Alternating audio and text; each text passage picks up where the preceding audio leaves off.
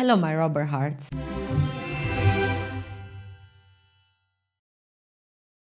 Today we are opening a Toolbox episode that clears up one of the most common confusions around fillers, especially carbon black and silica. Particle size versus BET surface area. People often treat them like the same thing, but they are not. They correlate, yes, but they describe fundamentally different realities inside the filler, and if you mix them up, you will misunderstand reinforcement, dispersion, and even cure behavior. Let's start with the name because it already tells part of the story. BET comes from Brunauer, Emmett, and Teller, the scientists who developed the theory in 1930s. The BET method does not measure particle size directly. It measures accessible surface area expressed in square meters per gram. In other words, BET asks a very specific question. How much surface can molecules physically reach? The test itself is based upon adsorption, not absorption, and that distinction matters. In BET testing, gas molecules, usually nitrogen, attach to the surface of the filler particles. They sit on the surface, they do not dissolve into the material or penetrate it chemically. That is adsorption. Absorption would mean the gas is taken into the bulk of the material, which is not what happens here. If this distinction sounds familiar, it's because we went into it in much more depth in Season 2 of My Rubber Heart, in the episode where we talked about how carbon black interacts with polymers and explained adsorption versus absorption in the context of reinforcement. BET uses the same surface concept, just with gas instead of polymer chains. During the BET test, a dry filler sample is exposed to nitrogen at low temperature. The amount of gas that adsorbs onto the surface at different pressures is measured very precisely. From that data, the instrument calculates how much surface area must exist to hold that amount of adsorbed gas. That value is the BET surface area. Now compare that to particle size, which describes a geometric dimension, usually in nanometers or micrometers. Particle size tells you how big a particle is. BET tells you how much surface that particle exposes. These two are related, but they are not interchangeable. And here's why. A smooth spherical particle has a simple relationship between size and surface area.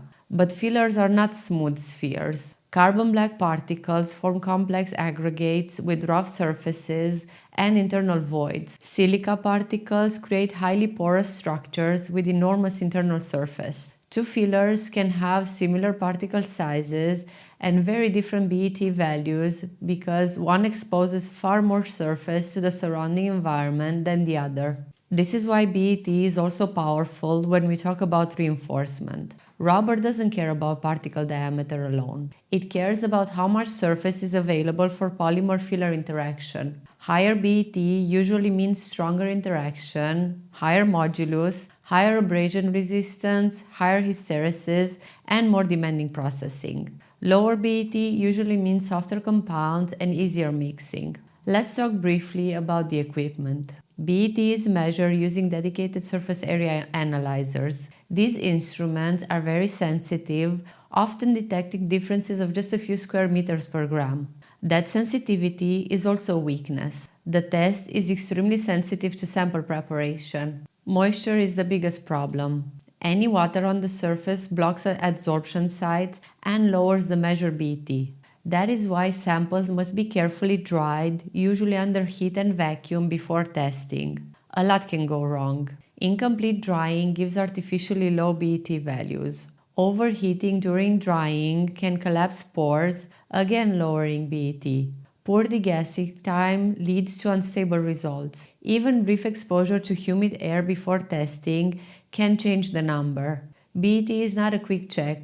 It is a controlled measurement that demands discipline. Now contrast this with particle size and particle size distribution. These describes how large particles or agglomerates are and how wide the size spread is. Particle size is usually measured by laser diffraction, dynamic light scattering, sedimentation methods, or microscopy. Each method sees particles differently and each has its strengths and limits. Particle size distribution matters most for dispersion and processing. Large agglomerates are harder to break down. A wide distribution can cause uneven reinforcement and surface defects. Particle size helps you predict how easily a filler will disperse. BET helps you predict how strongly it will reinforce once it's dispersed. And this brings us to a rule every rubber technologist should remember. BET and particle size correlate, but they describe different physics. Smaller primary particles often lead to higher BET, but structure, porosity, and aggregation matter just as much. That is why carbon black grades are often classified by BET or iodine number rather than particle diameter. And it's why silica grades with similar particle sizes can behave very differently in rubber. Does BET work for all fillers? Not equally.